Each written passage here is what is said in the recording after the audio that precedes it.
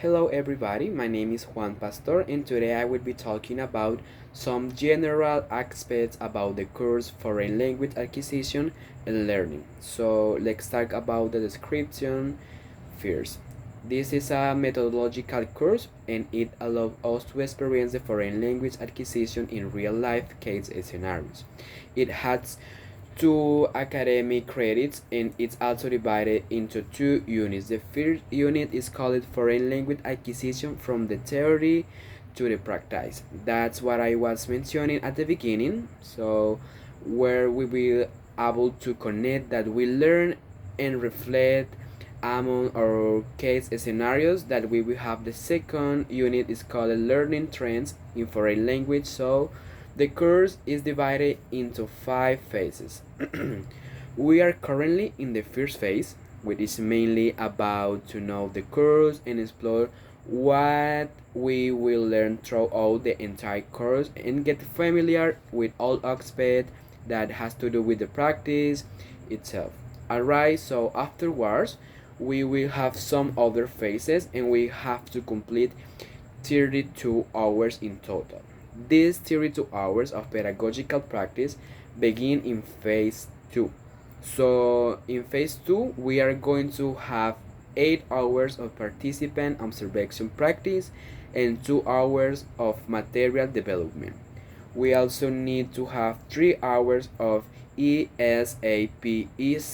After that, in phase 3 we will have 8 hours of participant observation practice and 2 hours for material development. So the last phase will take part in our university, including 3 hours of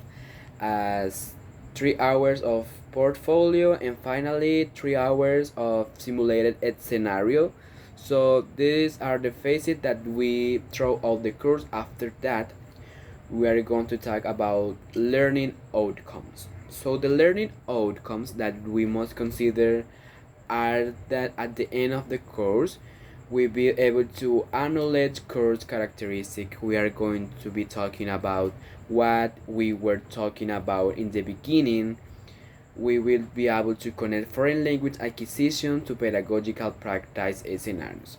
We will also accomplish the evaluation of teaching strategies that depend on students in different way of learning.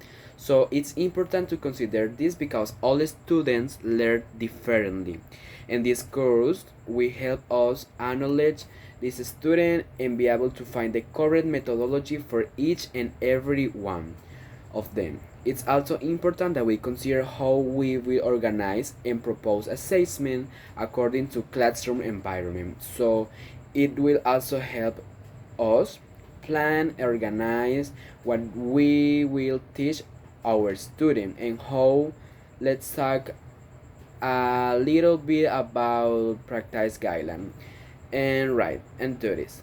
That as students we have to practice guideline and rights and duties that we have are to primarily understand the procedure of the practice itself, how it's work and how it's distributed. We must also assume with the responsibility all procedures before, during, and after the practice. We shall also be included in a health insurance group.